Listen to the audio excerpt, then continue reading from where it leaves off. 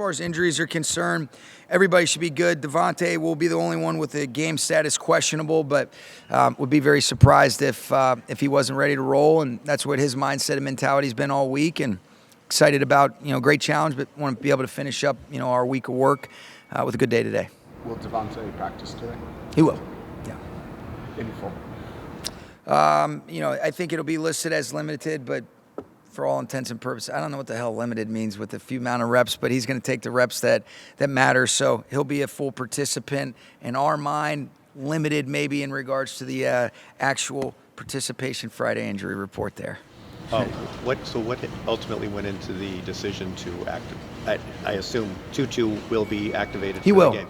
Yeah, I think a lot of it. You look at just some of the roster semantics. Had to make a tough move on a guy that really it was a pure numbers thing with Nick Hampton earlier in the week, and so we're always creatively trying to be able to figure out, all right, how do we get our 48 up? What does that look like? Not exclusive to offense, to defense, but also in the kicking game. Some of the different contingency plans, if you were to lose guys, who's that backup at key spots where they have to play significant amount of snaps. And so guy that we wanted to be able to get up. It's obviously a good problem for us to figure out how to utilize his skill set, because there's been an emergence of a lot of guys, not exclusive to just receivers since he's gone out, but he's a guy that can influence and affect the game in a positive way, and be good to get him back out there. How has he handled that? Because obviously I can imagine that being a difficult situation for him. Really well. He's so smart, he's so aware, and I think the most important thing is as long as there's communication throughout and clarity for him. And he's been a pro about it. I've got a lot of love for Tutu as you continue to build the relationship over these years, and I know he's chomping at the bit. He wants to get out there and compete and contribute and be able to positively help this team. He's done that in a lot of ways that maybe isn't always reflected in some of the the games that you guys have seen, but he's making an impact, and it'll be good to be able to get him out there and see how the game unfolds. When you talk about good problems to have, I guess how nice is it to have a guy like Tutu when you are evaluating Davante and managing what he's going through? It's really good, Nate. And that's a part of it. Davante's made really good progress, but the earlier parts of the week, going back to Gary's question, you're really saying, all right, let's see, give him every single day that he needs to be able to give you the feedback on how his body's feeling, what that's going to look like for his performance ability on Sunday. And so being able to have Tutu is a real luxury, in addition to the other guys that have kind of stepped up, whether you're talking about, the Jordan Whittingtons, the Xavier Smiths, Kanade Mumfield. I've been really impressed with just his overall maturity, growth, and the way he's capitalized on his ops. So it's been really good. In the NFC, there are 5 teams with at least 9 wins, Lions and Eagles with 8. Is this as wide open as the conference has felt?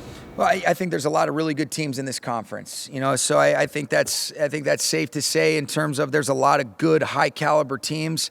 You guys know, and it's the truth, and it's the boring answer for you, but my sole focus and concentration is on our group and trying to be able to play as well as we possibly can with the opportunity that we have this Sunday at 125 against a damn good football team that's really good in all 3 phases. They've obviously been at their best in some of these critical games, which this is critical for both teams because it's our next game. And so I think it is a tremendous credit to the depth in this conference, but you see teams that maybe don't have those records beat some of the the teams that have better records week in and week out. That's why humility is only a day away in this league. Where have you seen growth in the outside package room? I think just natural growth in terms of just when you have the right kinds of guys, experience, that repetition becomes the mother of learning. So they're being able to apply previous experiences the right way. Whether you're talking about Verse, whether you're talking about BY. I've seen Josiah Stewart continue to improve. Really cool to see Des Johnson, a guy that had transitioned from playing inside the last few years, earning a role on the outside and really making a positive impact on the game last week. Joe does such a good job, Sarah, of being able to lean in.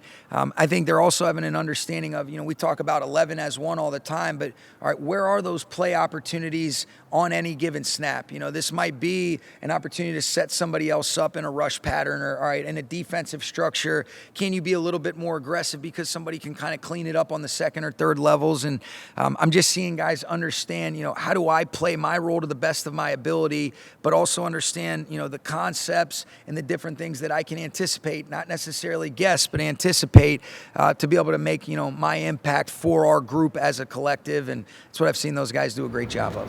Joe said BY, they had a conversation in the offseason about being more consistent on every down. Yeah. Where have you seen that Well, I just think the mental and the competitive stamina, and I think the understanding, of really, okay, what are the things that he does really well? What I think Joe does a great job of, he identifies, hey, here's what you are at your best. The players have an inclusion in that, and then what are those key focal points that allow me to be able to continuously take steps? Sometimes you give somebody so much now, it's like you water things down. It's like, what are those key things, that allows you to be you? And I think both BY and Verse are excellent players for us, and there's some crossover, but there's also some different things that I think they complement each other well. But I've seen a consistent player. I've seen a guy that can really understand some of the concept recognition, whether it's, the preparation throughout the course of the week and some of the normal down and distances or some of the known pass situations. I'm just seeing them apply a lot of the different things that they do. And then obviously physically, the way they work, they're naturally going to improve because of the way they go about that. What do you remember? What do you remember? Oh, sorry. No, go what? What do you remember about last year's Week 1 game against Detroit and how the guys grew from that performance? That seems like that was an eternity ago. Coaching years are like dog years. So that seems like that was about 16 years ago for you. What is it, 8 years or 7 years? That is a bad deal right there for me. All right. Either way, it feels like it was forever ago. What I remember is a hard-fought battle, back and forth. Our guys gave themselves a chance and then swore down a little bit, and they did a great job in the overtime period of being able to make a drive. But, every opportunity is a chance to be able to learn from. I think with a lot of the guys that were a part of each of the last 2 seasons, there's a mental resilience. There's a capacity built up for staying inside out, not worrying about the external narratives, whether that's good or bad, just continuing to lean on the things that we can control. But it seems like that was a long time ago. There's some similarities, but there's a lot of differences in, both of our groups since that game's taken place. Remember a few years ago when you guys scrimmaged with the Chargers, you were talking with Phillip Rivers. Yeah. So what, and you're not going to face him, yeah, I love but it, he is though. going to face the Seahawks and whatnot. So what do you think of that whole situation, and how do you think I think he'll it's play cool. it? He's a guy, you mention it. He's like the only guy that can talk so much good smack without cussing that I've ever seen in my life. It's amazing. But total command. We talk about Matthew's command and capacity and control over whether it's run game, protections, timing and rhythm, coverage contours and where the ball should go, moving and manipulating, changing your arm slot. This guy loves football. You can see by the way that he plays. As a football fan, I think it's great, and you want to root for guys like that. He's obviously, had an incredible career, but as a fan of this game, I think it's great. And shoot, I hope he does a hell of a job this weekend.